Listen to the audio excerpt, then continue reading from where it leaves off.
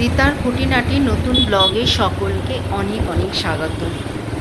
আমরা আজকে সকাল সকাল বেরিয়েছি, তোমাদের দাদাভাই আর আমি একটু দমদম এয়ারপোর্টে যাচ্ছি। তোমাদের দাদাভাইয়ের এক বন্ধু একটু বাইরে যাচ্ছে, তার সঙ্গে একটু দেখা করতে যাচ্ছি। এখন আমরা যাচ্ছি লেক টাউনের মধ্য দিয়ে। তো কিছুটা আমরা যাওয়ার পরে বেশ ভালো লাগছে হাইওয়েটা আর বাইপাস, চারপাশটা এত সুন্দর লাগছে।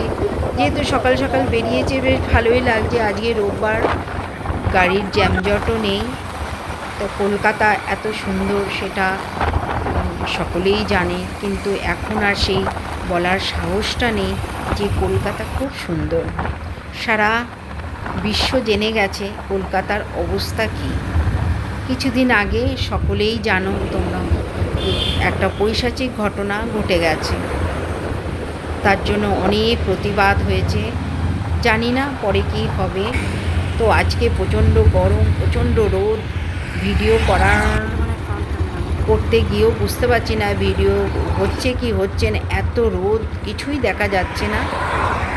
তো যতটা পেরেছি তোমাদেরকে দেখাবার চেষ্টা করেছি। আমরা এয়ারপোর্ট থেকে একটু এগিয়ে গেলাম, খিদে পেয়েছিল, ভাবলাম যদি হাইওয়ের পাশে কোনো ধাবা থাকে তাহলে কিছু খেয়ে নেব।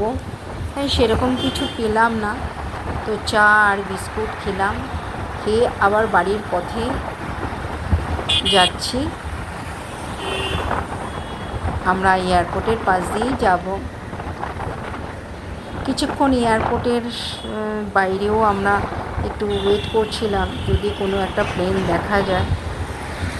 সেই কারণে আমরা সবাই প্লেন দেখি, কিন্তু দেখো এটা হচ্ছে এয়ারপোর্ট দমদমের মানে এয়ারপোর্টের এরিয়া সব তার কাটা দিয়ে ঘেরাও করে রেখেছে। ভেতরটা পুরো দেখাও যায় না। আর ভেতরে আমরা গিয়েছিলাম, কিন্তু সেখানে ভিডিও করা অ্যালাউ নেই বলে পুরোটা আমরা দেখাতে পারিনি। আমাদের দাদাভাই ঢুকেছে, আমি পুরোটা ঢুকতে পারিনি। বাইরে থেকেই দেখাবার চেষ্টা করছি তোমাদের। দেখো একটা প্লেনও উঠলো এই মুহূর্তে, তা আমরা একটু দাঁড়িয়ে দেখলাম, ভালো লাগছিল। প্লেন তো আমরা দেখিনি, কিন্তু এয়ারপোর্ট থেকে ছাড়া প্লেন আমরা কখনো দেখিনি, আজকে দেখলাম।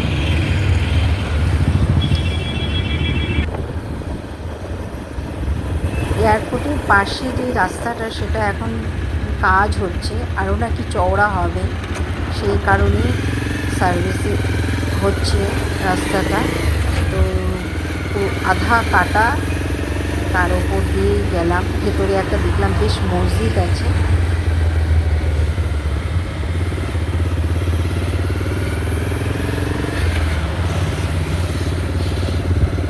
পুরো রাস্তাটা ভেঙে চুরে রেখেছে, ওই বেশ পাশে যাওয়াই যাচ্ছে না।